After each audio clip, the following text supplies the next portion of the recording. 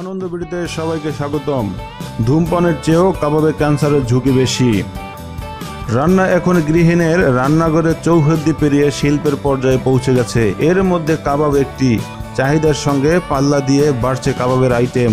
রসনাবিলাসীদের কাছে কাবাব এখন জনপ্রিয় খাবার। যদিও বাংলাদেশিদের কাছে কাবাবের এক ঐতিহ্য খাবার।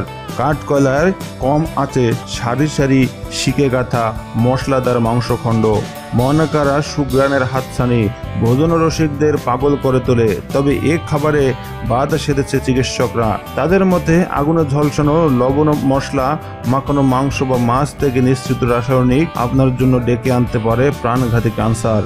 কারণ চর্বিযুক্ত লবণ মাখানো মাংস সরাসরি কাঠ বা কয়লায় আগুনে পোড়ালে তাতে আলকাতরা জমে, যার শরীরে ক্যান্সারের উৎপাদনকারী। এ প্রসঙ্গে কানাডার ভ্যাঙ্কুভারের সরকারি হাসপাতালের চিকিৎসক এস.এম. চন্দ্রমোহন জানান, সরাসরি আগুনের উপর মাছ মাংস পোড়ানো হলে তার উপর জমে ওঠে ক্যান্সারের উৎপাদক রাসায়নিক, যা ধূমপান বা মদ্যপানের চেয়েও ক্ষতিকর। ওই হাসপাতালে 111 জন রোগীর উপর একটি গবেষণা করা হয়। গবেষণায় ওই রোগীর খাদ্যাভ্যাস, জীবনযাপনের সব বিষয় নিয়ে প্রশ্ন করা হয়।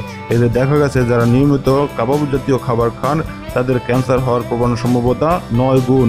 এছাড়া যাদের ধূমপানের অভ্যাস রয়েছে তাদের 8 গুণ সম্ভাবনা। অন্যদিকে মদ্যপানের অভ্যাসে ক্যান্সারের সম্ভাবনা 4 গুণ। তাই বাঁচতে হলে এসব কাবাব জাতীয় খাবার দূরে থাকার অভ্যাস করতে হবে।